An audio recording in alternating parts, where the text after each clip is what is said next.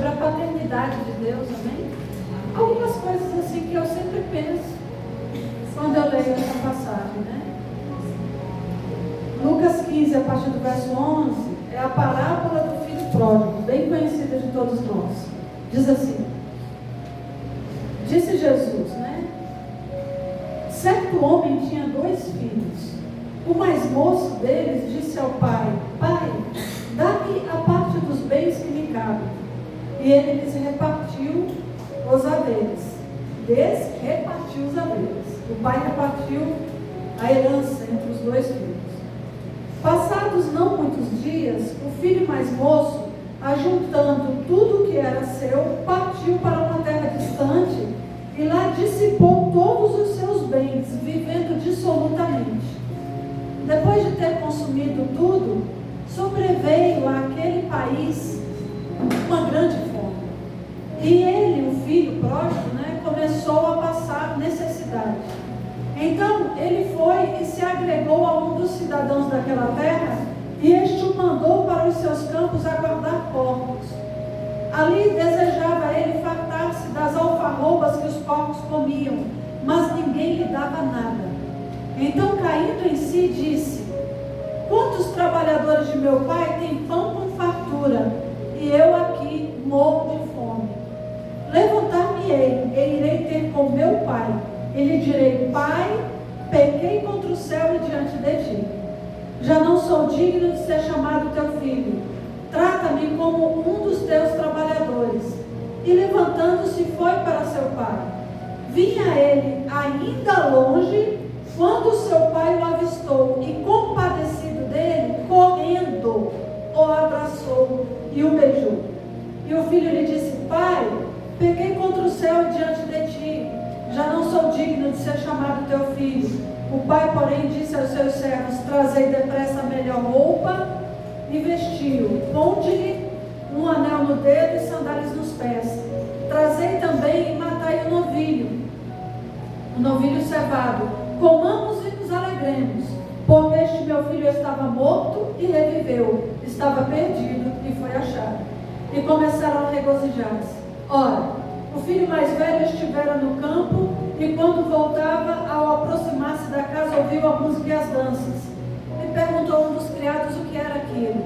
E lhe disseram: veio teu irmão e teu pai mandou matar o novilho cevado, porque o recuperou com saúde. Aí o irmão se indignou e não queria entrar. Saindo, porém, o pai procurava conciliá-lo. Mas ele respondeu a seu pai: há tantos anos que te sirvo, sem jamais transgredir uma ordem tua. Ele nunca me deste um cabrito sequer para alegrar-me com os meus amigos. Vindo, porém, esse teu filho, que desperdiçou os teus bens com meretrizes, tu mandaste matar para ele o novilho cevado. Então lhe respondeu o pai: meu filho, tu sempre estás comigo, tudo que é meu é teu. Entretanto, era preciso que nos regozijássemos e nos alegrássemos, porque esse teu irmão estava morto e reviveu, e estava perdido e foi achado. Amém? Vamos pedir a Deus um discernimento. Senhor Deus, nós louvamos o teu nome nessa noite, Senhor. Foi tão lindo o louvor. A igreja, a congregação está aqui reunida no nome de Jesus. O próprio Jesus disse: eu estarei no meio de vós. Aleluia. E estará conosco todos os dias até a consumação dos séculos. E Pai, nós queremos te agradecer e pedir que o próprio Jesus se definiu como sendo um pão que, descendo do céu, alimenta todo o homem. Que esse pão seja repartido nessa noite. Que nos alimente a alma, o espírito, nos fortifique e nos fortaleça, para que possamos continuar na jornada da fé. Te agradecemos, Senhor, por uma noite bendita. Te agradecemos pelo Espírito Santo da palavra, o Espírito Santo da verdade. Repreendemos toda a oposição agora e pedimos que o Senhor leve nossa mente cativa à obediência de Cristo, o Messias ungido, porque Ele nessa noite é glorificado. O nome de Jesus é glorificado, acima de todo nome. Aleluia. E nós rendemos graças e louvores a Ti, Rei dos Reis, Senhor dos Senhores. Aleluia. Amém, queridos? Irmãos,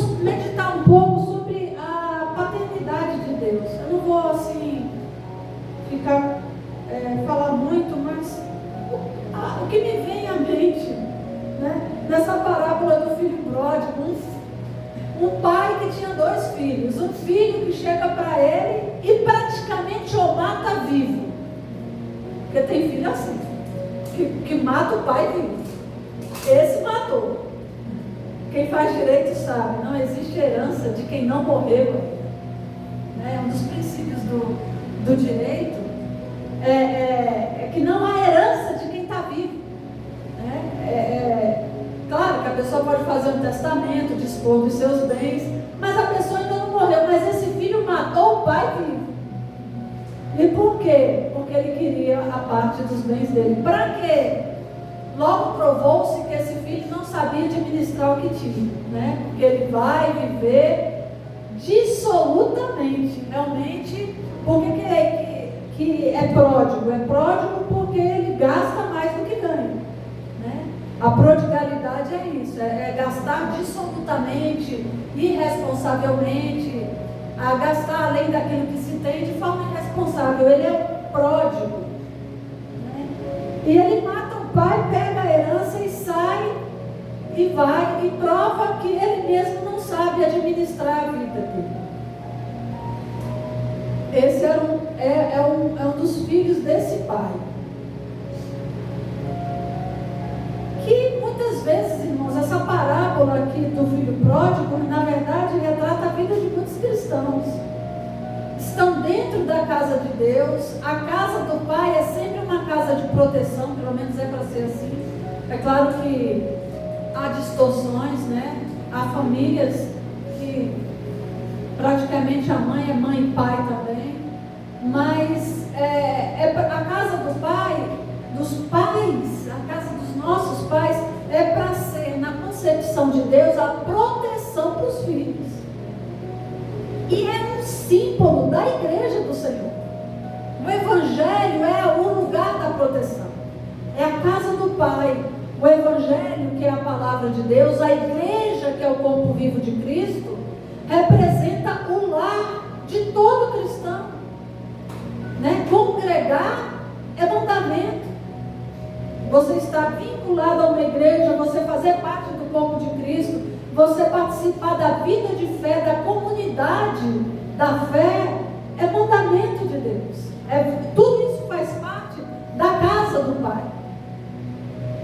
E esse filho, ele sai e prova muitas vezes o que muitos cristãos provam quando saem da casa de Deus. Quer dizer, quando saem da palavra, quando saem da igreja, né? Quando saem desse espaço de proteção, vão para a vida achando, não, eu vou cuidar da minha vida, eu cuido muito bem da minha vida, não sei o quê, e aí se afasta do que seria proteção para esse filho. Mas voltando aqui para a parábola, esse filho vai e gasta tudo dissolutamente, e ele chega no fundo do poço na vida dele, a ponto de cuidar de porcos e desejar os alimentos dos porcos.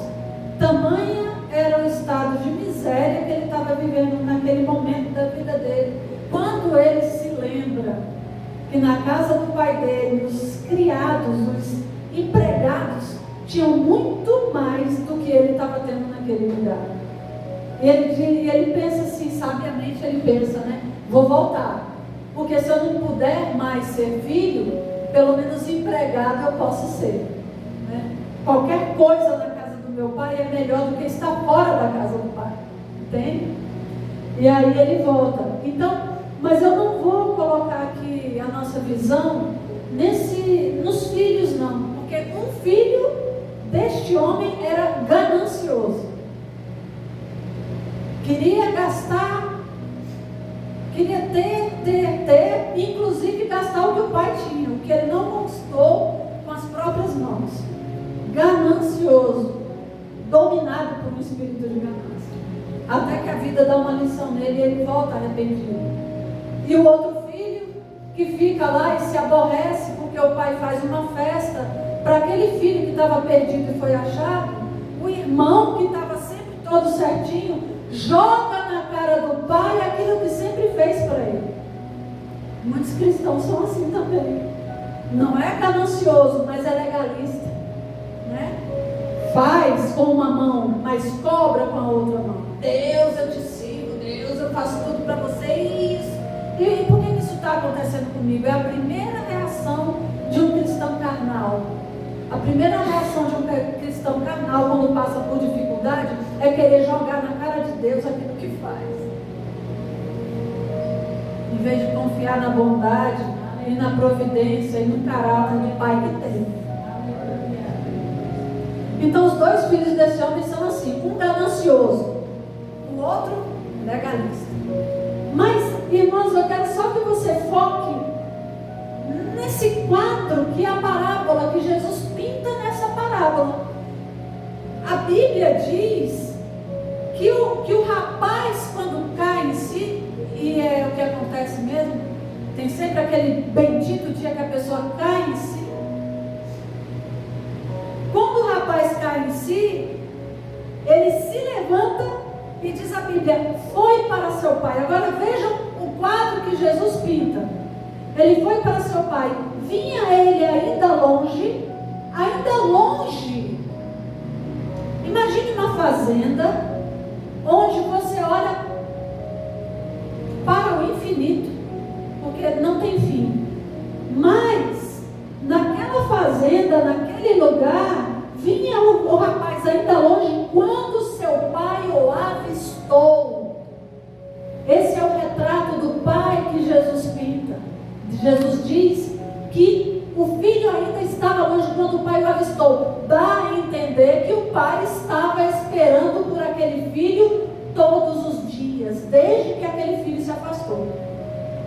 E esperava tanto que ficava olhando longe para ver se avistava o filho, até que um dia aquele pai o viu. Aí quando o pai o avistou, se compadeceu do filho e correndo o abraçou e o beijou. Não esperou o filho falar. O pai não jogou na cara do filho a ganância dele, não jogou na cara do filho a falta de responsabilidade dele, não jogou na cara do filho nada. Correu e o abraçou e o amou. Então, pensando sobre a paternidade de Deus, eu quero te dizer que esse pai aqui representa o próprio Deus. E como ele nos trata.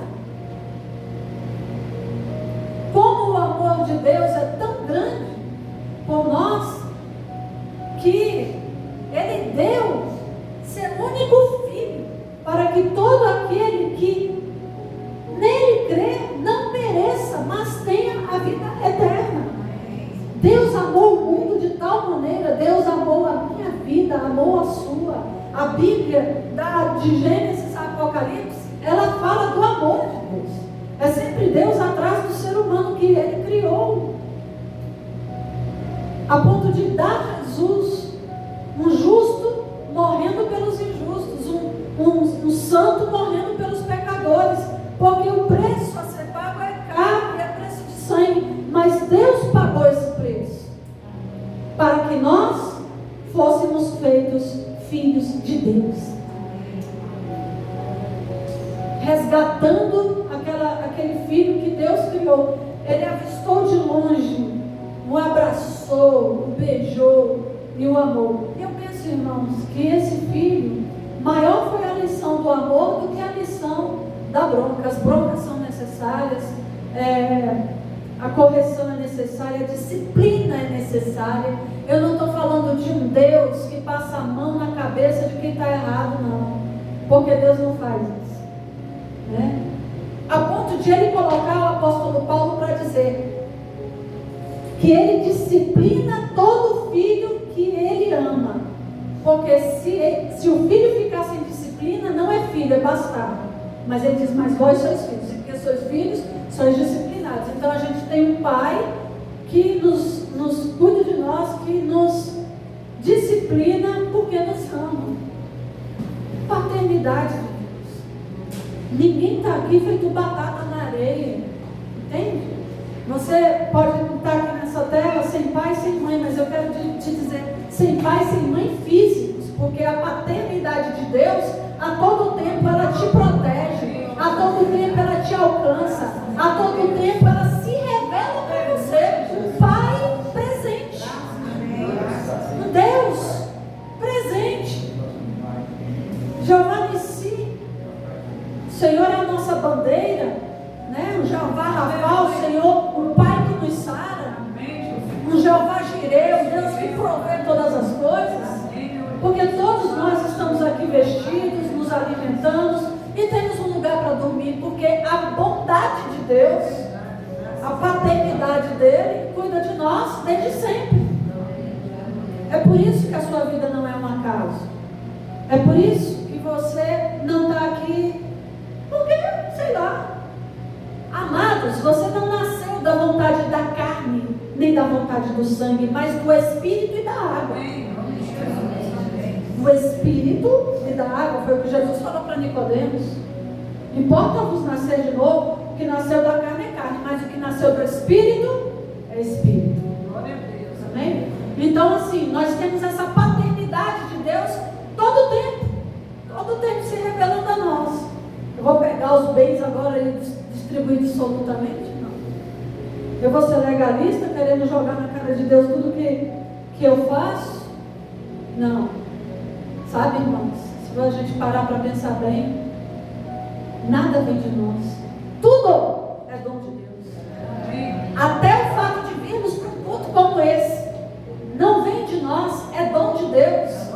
Porque a Bíblia, sempre a Bíblia, ela diz que Deus é quem opera em nós, tanto o querer quanto o efetuar. Não, eu sou bonzinho, domingo eu vou para o culto, sábado eu vou para o culto, sexta eu vou para o culto. Você vem porque o Espírito de Deus tem misericórdia de você e te traz aqui. Porque senão a gente não vem. Essa que é a verdade. Aleluia.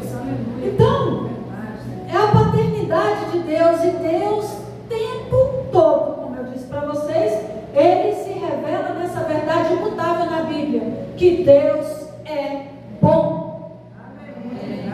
Bom! A bondade é a essência do nosso Deus.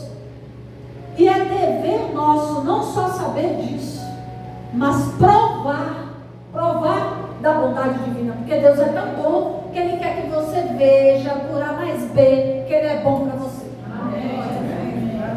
Salmo 34, verso 8. Provai e vede que o Senhor é bom. Bem-aventurado o homem que nele confia. É a chamada da Bíblia. Provai e vede. Não só veja que Deus é bom, prove dessa bondade o tempo todo. Prove. Por quê? Porque o Salmo 23 diz que certamente bondade e misericórdia me seguirão, te seguirá todos os dias da tua vida. Te persegue. A bondade de Deus, ela te persegue para se manifestar para você. Bondade e misericórdia me seguirão todos os dias da minha vida. Todos os dias. Não é só de vez em quando, não é sempre. Mas, irmãos, veja, um alerta importante. É necessário conhecer o caráter e a bondade de Deus. Você precisa conhecer. E você só conhece isso através da Bíblia. E através do discernimento que o Espírito Santo vai te dar lendo a Bíblia. Meditando nela. Porque a palavra do Senhor diz: medita nessa palavra de dia e de noite, para que te vá bem e para que sejam prósperos os teus dias sobre a face da terra. Foi o que ele falou para Josué, e é uma ordem para nós. Medita. Por que eu vou meditar na Bíblia? Porque não só de pão viverá o homem, mas de toda a palavra que sai da boca de Deus. Dessa palavra o homem viverá. Aleluia. É necessário conhecer o caráter e a bondade de Deus, para que Satanás não alcance vantagem na sua vida. Porque aquele filho legalista jogou na cara do pai o que tinha feito, justamente porque ele era legalista. Ele não conhecia a bondade do pai que tinha. Porque se ele conhecesse a bondade bondade do Pai que tinha, e se ele tivesse provado da bondade do Pai, ele seria bom para com o irmão dele também. Porque não há ninguém que prove da bondade do Pai que não manifeste essa bondade para seu irmão, para seu próximo, para o seu semelhante. É necessário conhecer o caráter de Deus e a bondade dele para que Satanás não alcance vantagem na sua vida, porque foi assim que ele seduziu Eva. Como que Satanás seduziu Eva no jardim do Éden? Fazendo com que ela duvidasse do caráter de Deus. Ele disse isso para você? Deus disse para você que se você comer daquela árvore lá vai morrer? Vai morrer nada. História. Você vai continuar viva e mais vai ser igual a Deus, conhecedora do bem e do mal. E ela caiu naquela falácia e corrompeu todos nós até hoje, né? Então assim, o que acontece? Duvidou do caráter de Deus. Se Deus falou, irmãos, a palavra dele é viva e eficaz. E a palavra dele não volta vazia. Antes prospera naquele propósito para o qual a palavra dele foi enviada. E a palavra de Deus, ela sempre vai trazer um fim proveitoso. Porque Deus é bom. E a misericórdia dele dura para sempre. Aleluia. Aleluia. Então veja bem, Oséias 6,3 é taxativo em dizer: conheçamos e prossigamos em conhecer ao Senhor. Como a alva será a sua saída, e em Deus a nós virá. Virá como? Como uma chuva serôdia que rega a terra. Cada conhecimento que você alcança de Deus atrai uma chuva serôdia do céu, que fortalece, que refrigera o teu espírito, a tua alma e a tua vida. Nós temos essa missão de não só conhecer, mas prosseguir no conhecimento. E cuidado, porque conhecimento sem revelação, conhecimento demais sem revelação do Espírito, traz soberba. Nós precisamos do conhecimento com discernimento de Deus, porque Ele é que abre o nosso entendimento para conhecermos as bondades e os tesouros escondidos que Ele tem para nos revelar.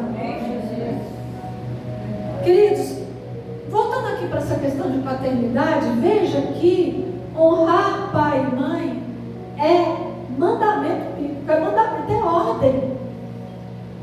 Êxodo 20:12, que é um dos 10 mandamentos que Deus deu para Moisés, para que ele falasse para o povo de Israel. Êxodo 20:12 diz: honra a teu pai e a tua mãe, para que se prolonguem os teus dias na terra que o Senhor teu Deus te dá. Honra a teu pai e a tua mãe, ainda que seja um bandido, ainda que seja corrompido, ainda que tenha sido mal para sua mãe. Honra a teu pai e a tua mãe, porque é o único mandamento, irmãos, com uma promessa de que a pessoa vai alongar os dias dela na terra. Imagina, se está determinado para a pessoa viver 70 anos, honrando pai e mãe, ela aumenta esses dias na terra. Glória a Deus. Isso é incrível. Vamos dizer que você fosse viver 80 anos. Ah, mas honrou pai e mãe. Deus acrescenta e acrescenta e acrescenta. Porque diz aqui: honra teu pai e tua mãe para que se prolonguem os teus dias na terra que o Senhor teu Deus te dá.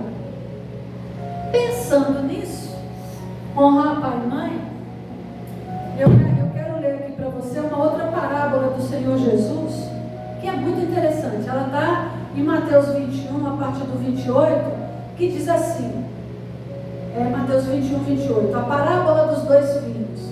E diz: o que vos parece? Um homem tinha 2 filhos. Chegando-se ao primeiro, disse: filho, vai hoje trabalhar na vinha? E ele respondeu: sim, Senhor. Porém não foi. Dirigindo-se ao segundo, disse-lhe a mesma coisa: filho, vá hoje trabalhar na vinha? Mas o segundo filho respondeu: não quero. Não quero. Depois se arrependeu e foi. O primeiro disse que ia, mas não foi. O segundo disse que não ia, mas se arrependeu e depois foi.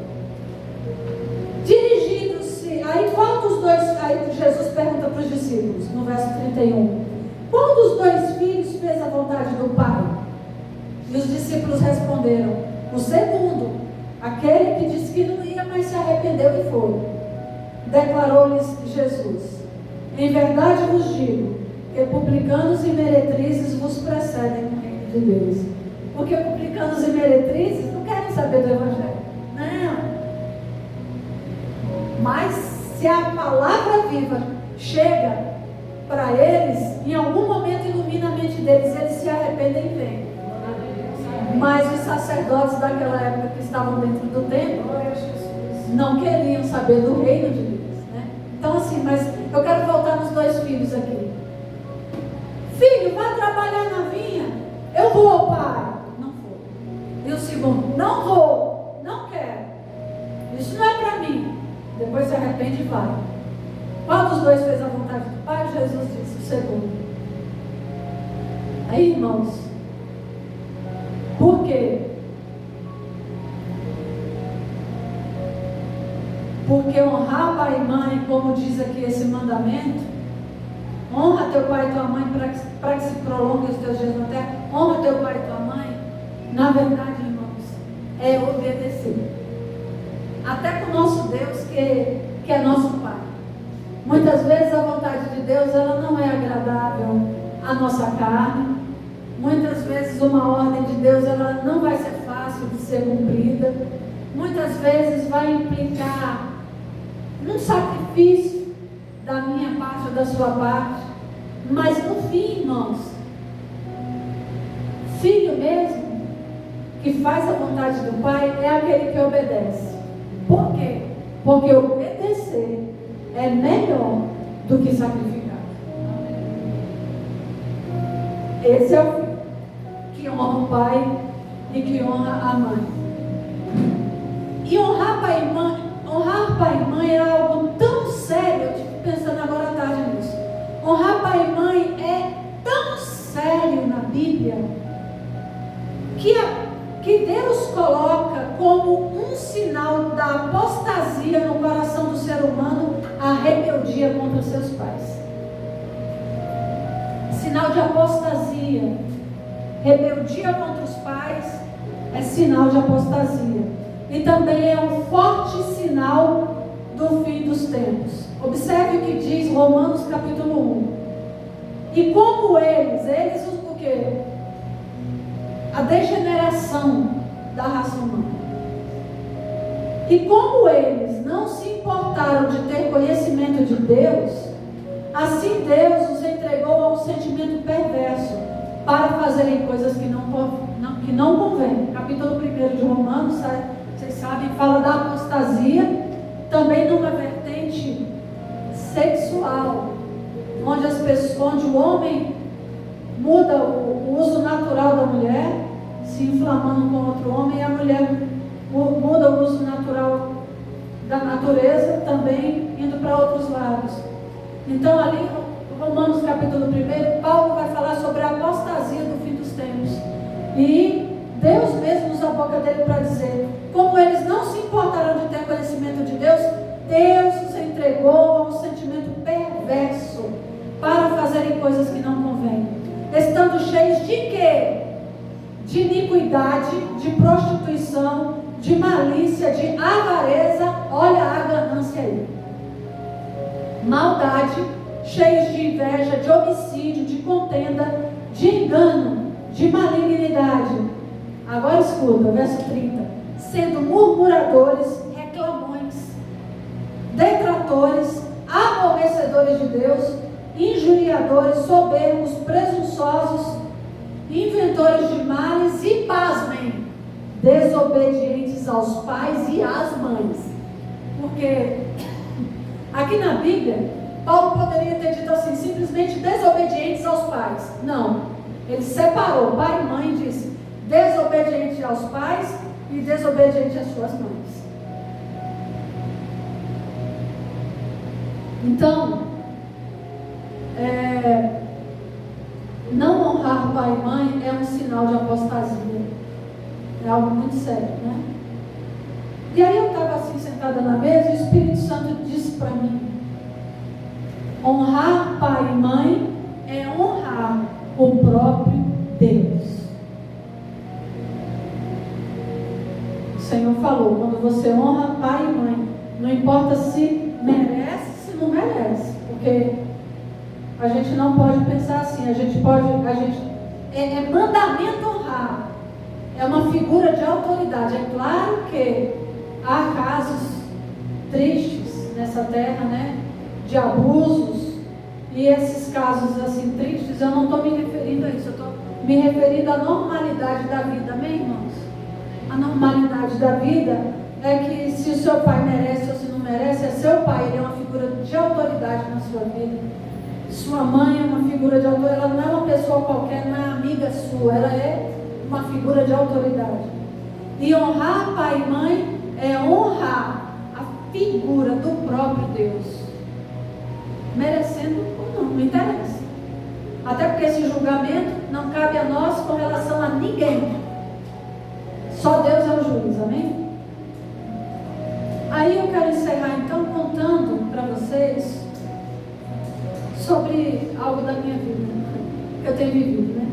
Meu pai, ele está com 84 anos, vai fazer 85 em outubro. Meu pai, ele é assim, uma pessoa, ele sempre foi muito errado, sabe? Ele sempre, a única lição boa que ele passou para os filhos é que ele é fiel ao trabalho dele, porque ele é barbeiro. Ele, 6 horas da manhã, 7 horas da manhã, pode procurar ele na barbearia, que ele sempre está lá. Esse bom exemplo ele passou para os filhos também.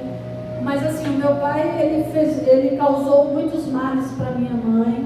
Ele teve 6 filhos, 3 do primeiro casamento, do qual eu faço parte, 2 do segundo casamento que ele desprezou. Esses filhos correram atrás dele até adulto. Ele negou a paternidade dele para esses filhos. Mas teve um filho, que é o 6º filho, que foi o único que ele criou, e é com quem ele mora hoje, lá em São Sebastião. E esse meu pai, dos 5 filhos que ele não criou, eu só que tenho assim, cuidado dele materialmente, né? Fica doente, aí tem um plano de saúde, aí se precisar de alguma coisa, um alimento, alguma coisa, eu vou lá e faço, né? E fazendo isso para o meu pai, Deus me fez esses dias lembrar de uma promessa que eu fiz para ele, que eu não me lembrava. Mas, irmãos, Deus não se esquece das coisas que a gente fala na vida, sabia? Deus me fez lembrar de um dia no passado, quando eu tinha uns 11 anos de idade, sentada no meio-fio, lá aqui no Cruzeiro Novo, e o meu pai foi lá me ver na casa da minha mãe, né? E aí, eu estava sentada, e ele sentou do meu lado no meio-fio, e eu, pequena, né, que eu era praticamente uma criança, olhei para ele e falei assim: pai, quando o senhor estiver bem velhinho, eu vou cuidar do senhor. E ele muito orgulhoso, né? Muito orgulhoso, e ele é assim até hoje. Olhou para mim, não pensou 2 vezes e disse assim: de mim você não vai cuidar não, porque se algum dia você cuidar e for cuidar de mim, eu já vou estar morto. E eu falei: não, eu vou cuidar do senhor quando o senhor estiver bem velhinho. E nesses dias, irmãos, às vezes lembrando do que ele já fez com minha mãe, aí o Espírito Santo trouxe à minha memória a promessa que eu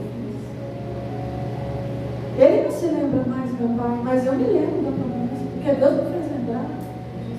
E Deus, mas por que Deus me fez lembrar? Deus me fez lembrar disso para que eu entendesse que eu não estou na posição que eu estou por mérito meu, e que eu não ajudo meu pai por mérito meu. É Deus que me dá condições para não desamparar meu pai. E que o que eu faço, irmãos, é cumprir o mandamento, porque eu estou honrando o próprio Deus também, honrando meu pai, mas honrando a Deus.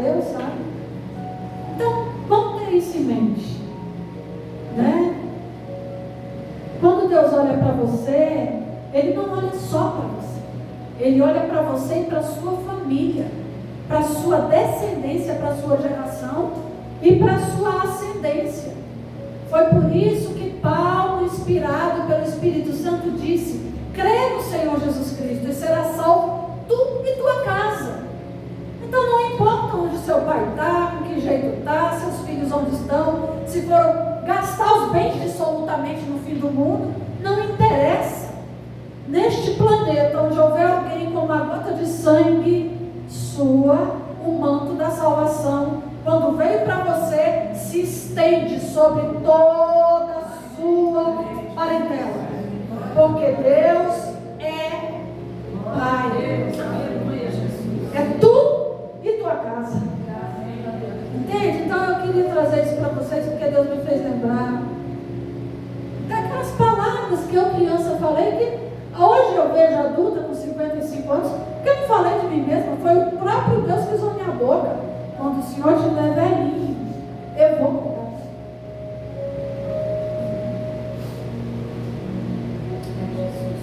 E eu também termino, irmãos, dizendo uma coisa assim, eu já falei algumas vezes aqui, se alguém ouviu 1000 vezes, não, me perdoe, mas é porque eu nunca vou morrer e nunca vou esquecer esse testemunho, né?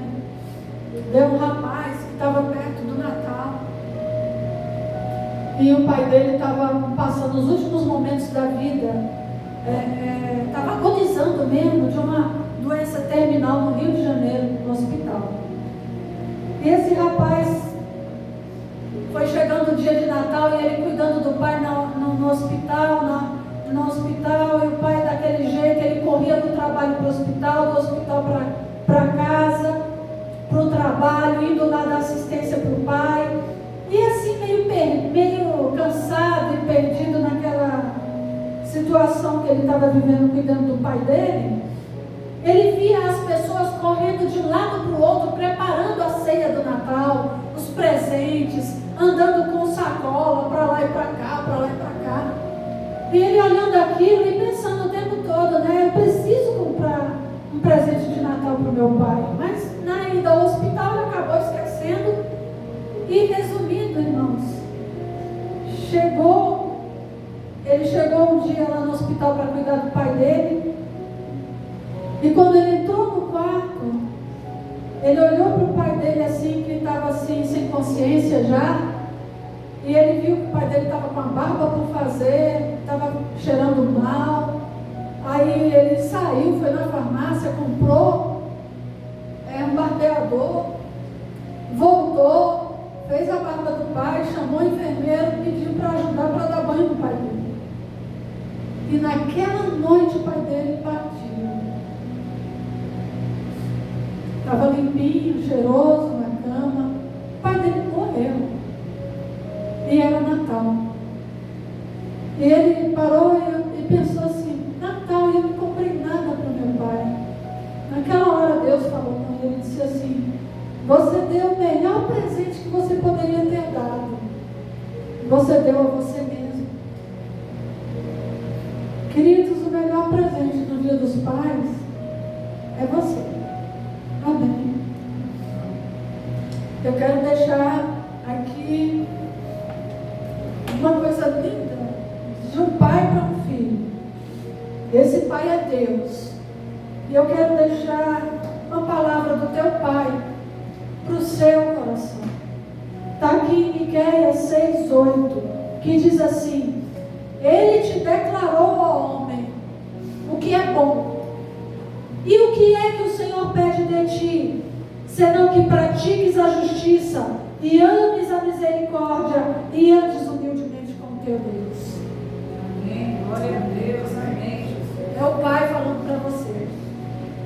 Ele te declarou, ó homem, aquilo que é bom vem dele, porque ele é a essência de toda bondade. Deus é a personificação da bondade. Ele te declarou, ó homem, o que é bom. E o que é que o teu Deus pede de ti? Sendo que pratiques a justiça, que ames a misericórdia todos os dias da tua vida e que andes nesta terra humildemente com o teu Deus. Amém? Amém. Vamos ficar em pé.